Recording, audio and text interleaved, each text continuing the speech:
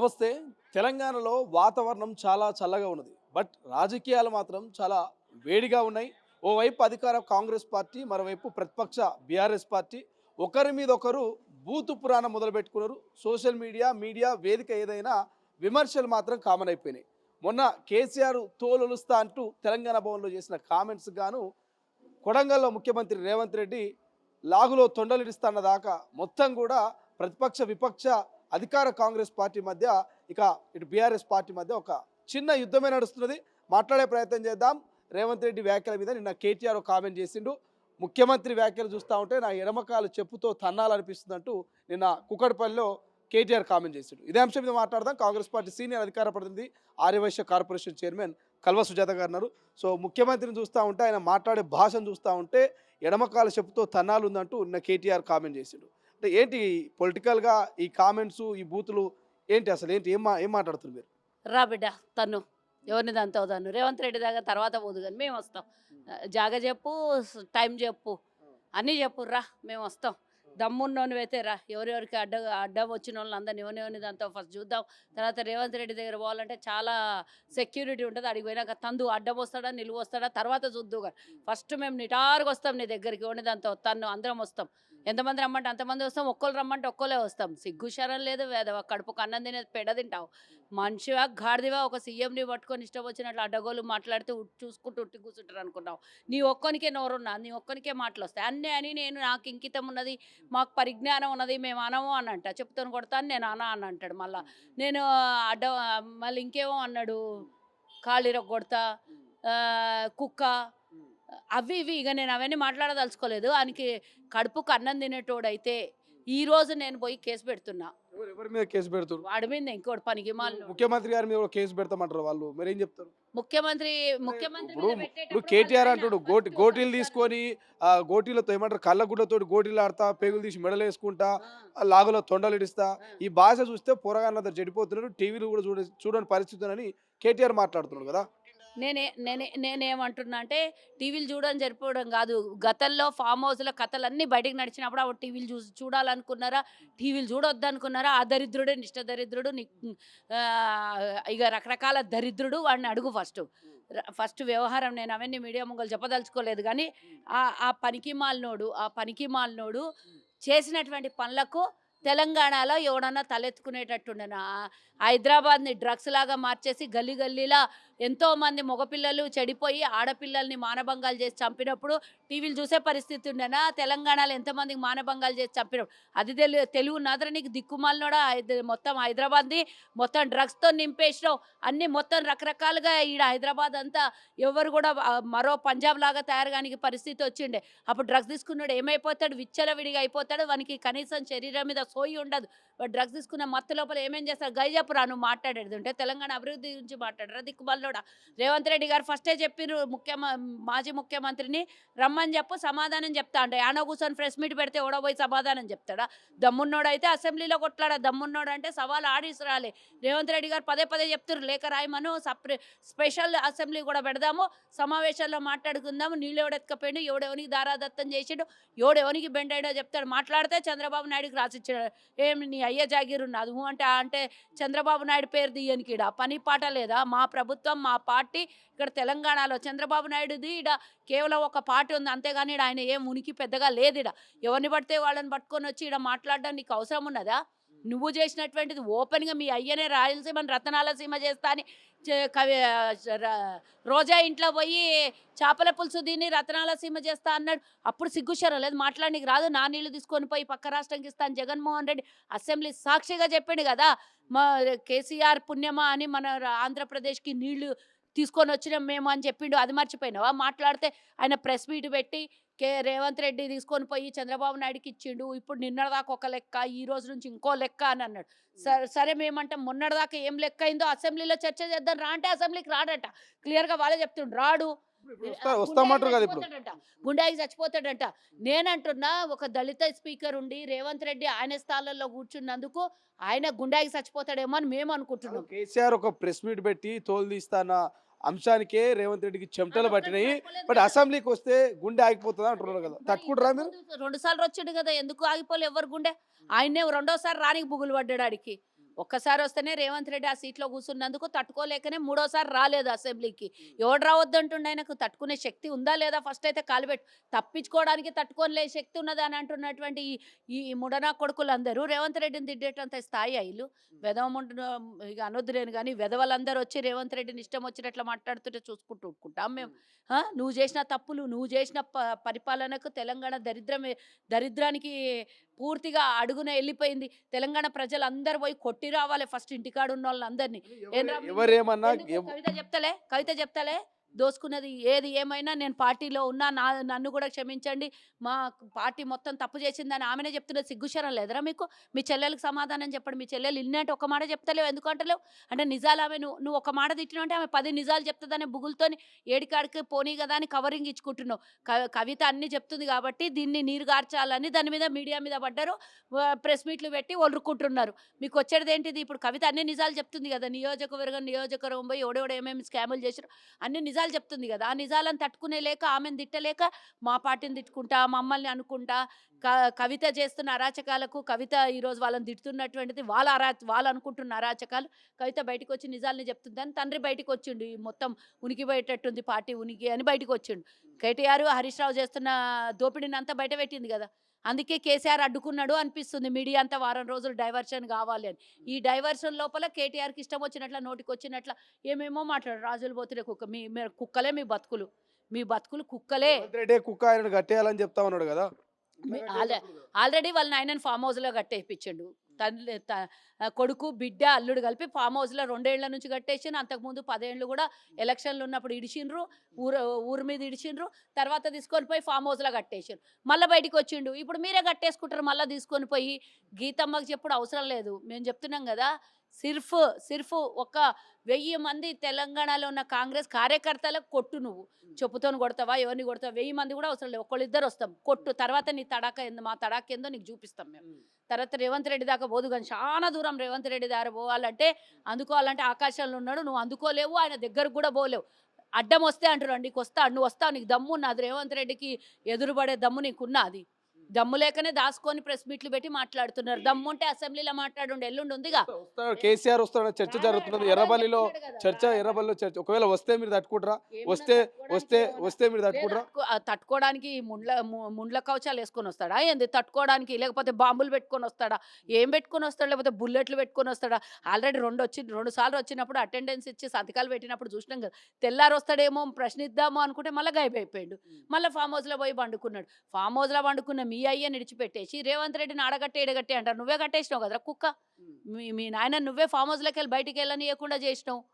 ఇప్పుడు కవిత ఏదో బయటకు వచ్చిందని చెప్పి ఆయన బయటకు వచ్చి స్టేట్మెంట్, బిడ్డను తిట్టలేక, అల్లుని తిట్టలేక, కొడుకుని తిట్టలేక మందిని తిట్టిపోయిండు. ఆయన ఎప్పటి నుంచో రేవంత్ రెడ్డి సవాల్ ఇస్తున్నాడు. అప్పటి నుంచి ఏం బిక్కిండు మీ నాయన గారు? నువ్వు కానీ కేటీఆర్ ను బాత్రూమ్లు కడుకునేటోడు అది అని చెప్పేసి కామెంట్ చేస్తారు. అదో క్లారిటీ ఇచ్చిండు. ఎవరు బాత్రూమ్ ఆడ కడుకుంటే తప్పేది అంటున్నారు.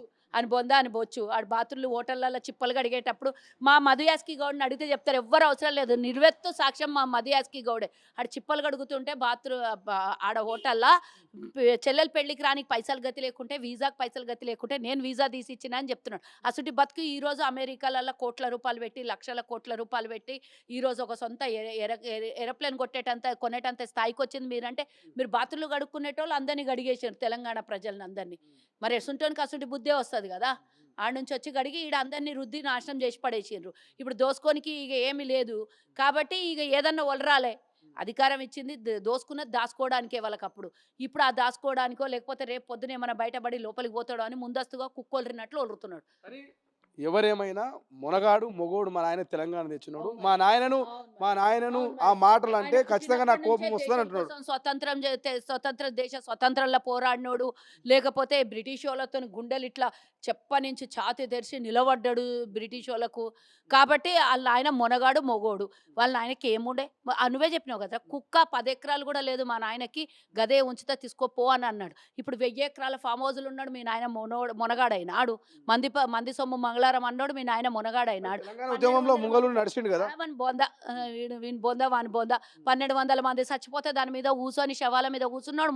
మొనగాడు మొగోడైనాడు. మీ ఇంట్లో ఎందుకు ఎవడు సావలేదురా ఇంతమంది చచ్చిపోతే? ఎందుకు ఒక్కడు మీరు కూడా కిరోసిన్ పోసుకొని ఉంటారు, ఇంకోడన్నా అగ్గిపెట్ట తెచ్చి చేస్తుండే మీ మీద. దరిద్రం పీడా పోతుండే, మీ దరిద్రం ఆ రోజే పోతుండే 10 ఏళ్ల కింద. ఈ 8.5 లక్షల కోట్ల అప్పు మిగిలకుంటుండే. కనీసం అప్పుడున్న స్వతంత్రం కూడా లేకుండా చేసిండ్రు ఈ 10 ఏళ్లలో. ఉమ్మడి రాష్ట్రం ఉన్నప్పుడు కన్నా దరిద్రం అయిపోయింది మన రాష్ట్రం. ఉమ్మడి రాష్ట్రంలో కనీసం వాళ్ళ మీద ఏడుస్తుంటే ఇప్పుడు ఎవరి మీద ఏడవాలి? ఆంధ్రోళ్ళందరూ మావన్నీ హక్కులు గుంజుకొని పోతున్నారు అన్నారు. ఇప్పుడు ఎవడు గుంజుకపోయిండు? మనకు లేకుండా బింకేసిపోయిండు కదా. ఏమున్నది ఇప్పుడు ఈడ చేసుకోనికి? భూములు లేకపాయే, పైసలు లేకపాయే.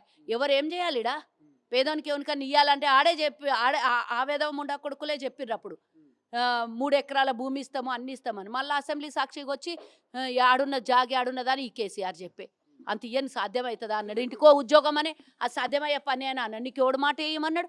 మా 420 హామీలు అంటాడు. ఇంటికో ఉద్యోగం సాధ్యమయ్యే పనేనా? 4 కోట్ల మందిలో కనీసం 1,00,000 ఇండ్లు ఉన్నాయి కదా. బంగారం సాధ్యమైంది ఇప్పట్లో? ఇప్పుడు కాదు కదా, అప్పుడు అది 60,000 70,000 ఉండే సాధ్యమయ్యే పని అనుకున్నాం, ఇస్తాం అనుకున్నాం. మోదీ దరిద్రానికి డాలర్ ఇప్పుడు ఇయర్ ఫిక్స్ అయిపోయారు ఇక. నువ్వు మొత్తం చెప్పినాక ఇని అడగాలి. ఈ రోజు 100 రూపాయలకు దగ్గర 91 రూపాయి వచ్చింది డాలర్. దానికి తోడు బంగారం ఇట్లా కాళ్ళకు రైలు పట్టాలు కట్టుకొని ఏరోప్లేన్ వీల్స్ కట్టుకొని ఉరుకుతుంది. 1,40,40,000 అయింది. ఇక మళ్ళా కేసీఆర్ దోచుకున్న పైసలన్నీ కన్నం పెట్టి తీసుకొని వచ్చి తెలంగాణ ప్రజలకి ఇక పెళ్లి చేసుకున్న వాళ్ళకి ఇవ్వాల్సి వస్తుంది. అట్లాంటి బంగారం అయితే ఇయర్ ఇక ఇస్తామా అన్నది తులం ఇస్తామా, పావు తులం ఇస్తామా, ఎంత ఇస్తామో రేవంత్ రెడ్డి గారు డిసైడ్ చేసి చెప్తారు కదా. మళ్ళీ మా మంత్రివర్గం డిసైడ్ చేసి చెప్తారు. దానికన్నా ఏమన్నా డబ్బులు ఎక్స్ట్రా యాడ్ చేసి ఇస్తారేమో.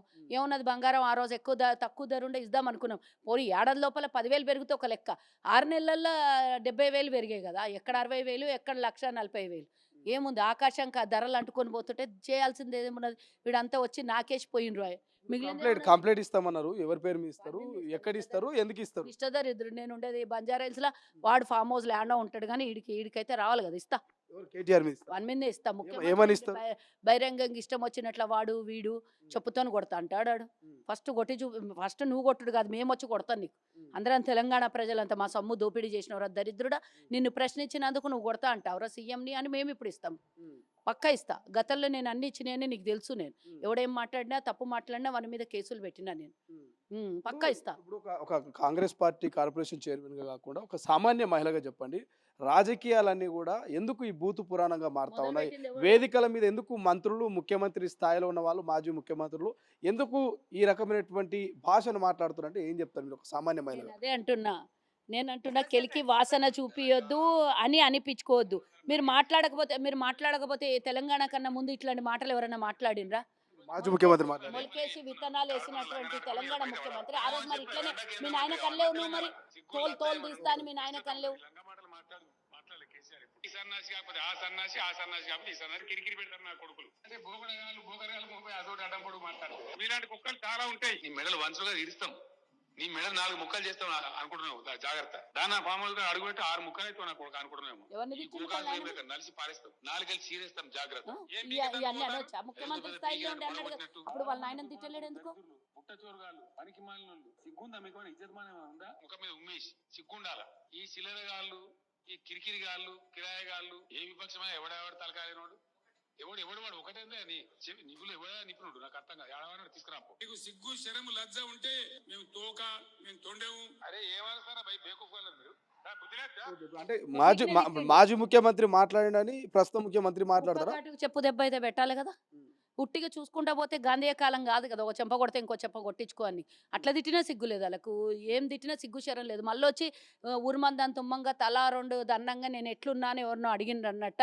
వాడికి ఇప్పుడు వాళ్ళకి ఎన్ని తిట్టినా సిగ్గు లేదు, శరం లేదు. నువ్వు మాట్లాడకపోతే రేవంత్ రెడ్డి గారు సాఫీగా పనులు చేసుకుంటూ పోతున్నారు. మధ్యలో మొన్న గెలికి ఏమన్నాడు రేవంత్ రెడ్డిని? మొన్న తిట్టింది వారం రోజుల కింద ఈ దరిద్రుడే కదా ఫస్ట్ రేవంత్ రెడ్డి. తోలు తీస్తా అంటేనే కోపం వచ్చింది. కేసీఆర్ గురించి అంటలేను, ఈ నిష్ట దరిద్రుడు కేటీఆర్ గారు ఫస్ట్ వారం రోజుల కింద తిట్టిండా లేదా రేవంత్ రెడ్డిని? మర్చిపోయినరా మీరు? తిట్టిండు. అడు తిట్టినాక అయినా రేవంత్ అన్న మంచిగా వారం రోజుల నుంచి కామ్గున్నాడు, ఏమనలేదు. మళ్ళీ వచ్చి తండ్రి గెలుకుడు. దాని తర్వాత వచ్చి దమ్ముంటే రా అని వీడు సవాల్ ఇస్తాడు. నీకు దమ్ము చూపించడానికి రేవంత్ రెడ్డి అవసరమా? అందుకనే తిట్టిండు. డెఫినెట్గా తిడతాడు. మరి నువ్వు అన్నా ఉంటే అంతా ఉంటే పడాలనికి ఏమన్నా నువ్వేమన్నా అన్నం పెడుతున్నావు? నీ ఇంటి ముంగల పాలేరు కూడా పడ్డాడు. ఎందుకు పడతాడు రేవంత్ రెడ్డి నువ్వు అన్న మాటలు? పొలిటికల్ బూత్ లో వరకు ఎప్పుడు పులిస్తా పడుతుంది. ఇట్లే కంటిన్యూ అయితేనే ఉంటుందా? దరిద్రులకు బంద్ చేయమని చెప్పు ఫస్ట్. ఆ దరిద్రులకు బంద్ చేయమని చెప్పు. ఆయన పరిపాలన సాఫ్ట్గా చేసుకుంటూ పోతున్నాడు. మీరు అన్ని దరిద్రాలు చేసినా కూడా పగబట్టి ప్రతీకారం తీర్చుకుంటలేడు. అయినా మిమ్మల్ని స్వేచ్ఛగా వదిలేసిండు. ఇదే మీ ప్రభుత్వం. మీరేమో ప్రతీకారం తీర్చుకుంటలేదు అంటారు. బీజేపీ వాళ్ళేమో కాంగ్రెస్, బీఆర్ఎస్ మధ్య అంతర్గత ఒప్పందం ఉన్నది. అందుకే ఏ ఒక్క కేసులో అరెస్ట్ చేస్తలే అంటారు. గతంలో ప్రతిపక్షాలు ఉన్నప్పుడు ఇదే ఏడిచిర్రు. ఇప్పటిదాకా కూడా బీజేపీ వాళ్ళు అదే అంటున్నారు. కాంగ్రెస్ టీఆర్ఎస్ ఒప్పందాలు ఉన్నాయి కాబట్టి అన్ని అరెస్ట్ చేస్తలేరు అంటున్నారు. సిబిఐ చేతిలో వాళ్ళ చేతిలో పెట్టుకొని మా మీద అంటున్నారు. అయితే మీ చేతులనే కదా ఫోన్ ట్యాపింగ్, విద్యుత్ కొనుగోలు, కారు ఫార్ములా ఈ రేసింగ్ ఇవన్నీ మీ చేతుల్లోనే ఉన్నాయి కదా. సిబిఐ చేతిలోకి ఇవ్వమంటే ఇచ్చినాం కదా. ఏం బిక్తున్నారు మళ్ళీ సిబిఐ కేంద్రంలో 2. ఇది కూడా సిబిఐ ఈడీ కేసే కదా. ఫోన్ ట్యాపింగ్ ఈడీ మన మా జేబులో ఉన్నదా? సెంట్రల్ జేబులో ఉన్నది కదా. ఈడీ అయినా సిబిఐ అయినా ఐటీ అయినా కేంద్రం చేతిలో ఉన్నాయి కాబట్టి కోరుకున్నారు కదా.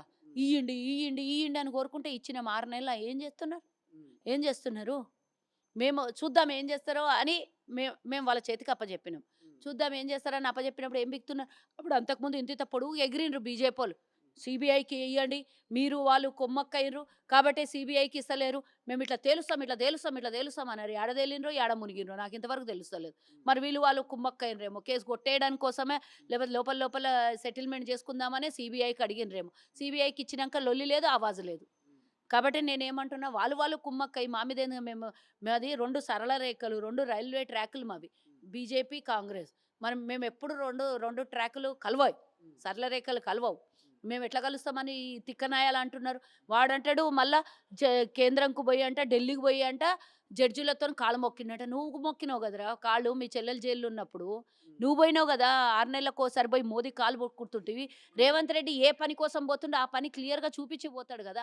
మంత్రులతో ఇగో ఇది కలిసినాము ఇది అని చెప్పి వచ్చి బయటకు వచ్చి ప్రెస్ మీట్ పెడుతుర్రి, బయటకు వచ్చి చూపిస్తుండ్రి. మీ నాయన పోయింది, నువ్వు పోయింది, ఎన్నడన్నా మంత్రులతో కలిసింది కానీ, ప్రధానమంత్రితో కలిసింది కానీ, ఎన్నడన్నా ఒక్క రోజన్నా ఈ పని మీద పోయి అడిగినామని చెప్పి ఈ లేఖ చూపించిర్రా మీరు? మేము ప్రతిసారి పోయినప్పుడల్లా లేఖ మేము సోషల్ మీడియాలో పెడుతున్నాము, మీడియాకి ఇస్తున్నాం మేము. మళ్ళీ మీరెందుకు ఇవ్వకుంటారు? గత 10 ఏళ్లలో వాళ్ళకి పోయి కాలు మొక్కుకొని వచ్చి మీకింత వాటా మాదింత వాటా, తెలంగాణను దోపిడీ చేద్దాం దోచుకుందామని ఇద్దరు కుమ్మక్కయ్య చేసిన పనులు 10 ఏళ్ళు కప్పిపుచ్చుకున్నారు. లేకపోతే కాళేశ్వరం ఇప్పుడెందుకు ఇదవుతుండే? అప్పుడే స్టార్టింగ్లోనే వాళ్ళు ఇనిషియేటివ్ తీసుకుంటే కూలిపోయే పరిస్థితికి ఎందుకు వస్తారు? ఈ దిక్కుమాలినోడేమో కాళేశ్వరం కింద బాంబులు పెట్టినట్ట. నేను అంటున్నా, ఈ కేటీఆర్ కాళ్ళ కింద బాంబులు పెట్టాలి, పిడబోతుంది తెలంగాణకు. దరిద్రం పట్టిన దరిద్రం. మొత్తము ఆయనకున్న అహంకారము, వానికున్న తలబిరుసు ఎప్పుడో ఒకరోజు ఎవడో ఒకడు పెడతాడు వానికి. నాకైతే అర్థమైపోయింది వెక్కిలి చేతలకి, వీని ఎక్కిలి మాటలకి, వీని అహంకారంకి ఎప్పుడో ఒకరోజు ఎవడో ఒక్కడు వీనికి చర్మగీతం అయితే వాడతారు. నాకైతే అదే అనిపిస్తుంది. చూసి ఎవరో ఒక్కరు పట్టమని 2 వేసేటట్టు ఉన్నారు ఆడే కూర్చొని. అయితేనే వీనికి ఇక్కడికి వెళ్ళి కొడితే ఇక్కడ వాయాలి, అట్లా వేస్తారు 2 దెబ్బలు ఎప్పుడో ఒకరోజు చూసుకోమని. అందుకనే దగ్గరకు వచ్చింది సావు దగ్గర. వినాశకాలే విపరీత బుద్ధి అంటారు కదా. లోపలి పోయే కాలం అన్న దగ్గరకు వచ్చింది, ఎవరితోనన్నా పబ్లిక్తో దెబ్బలు తినే కాలం అన్న వచ్చింది. లేకపోతే ఎవడో పుట్టమని 2 తలిగిస్తే మైండ్ బ్లాక్ అయిపోయి అదేమంటారు ఎర్రగడ్డలన్నా పోయి పడేటట్టున్నాడు. వీనికి వచ్చింది, దగ్గరకు వచ్చింది సావు. కంప్లీట్ అయితే ఇస్తున్నారు. ఇస్తా ఇస్తా ఎప్పుడో ఒకసారి ఇస్తా, చెప్తా, నీకు చెప్పకుండా పోతానా అదే. సో ఇది కేటీఆర్ తెలంగాణ రాష్ట్ర ముఖ్యమంత్రి రేవంత్ రెడ్డి మీద చేసిన వ్యాఖ్యలకు గాను so Aryavysya corporation chairman, Congress party senior అధికార ప్రతినిధి కల్వా సుజాత గారు అయితే కంప్లైంట్లు ఇవ్వడానికి వెళ్తున్నట్టు తెలుస్తుంది పిఎస్లో. మరి చూద్దాం ఈ రాజకీయాల విధంగా, అంటే రాజకీయాలు ఒకరి మీద ఒకరు విమర్శలు అయితే కామన్ అయిపోయినాయి. మరి ఈ కామన్ అయినటువంటి విమర్శలు ఇక్కడికే ఆగుతాయా లేక కంటిన్యూ అవుతాయా అనేది భవిష్యత్తులో చూడాల్సిన అవసరం ఉంది. కెమెరా పర్సన్ అజయ్తో శ్రీశైలం, తొలి వెలుగు, హైదరాబాద్. అసలైన తొలి వెలుగు. ఫాలో వాట్సాప్ @తొలి వెలుగు official.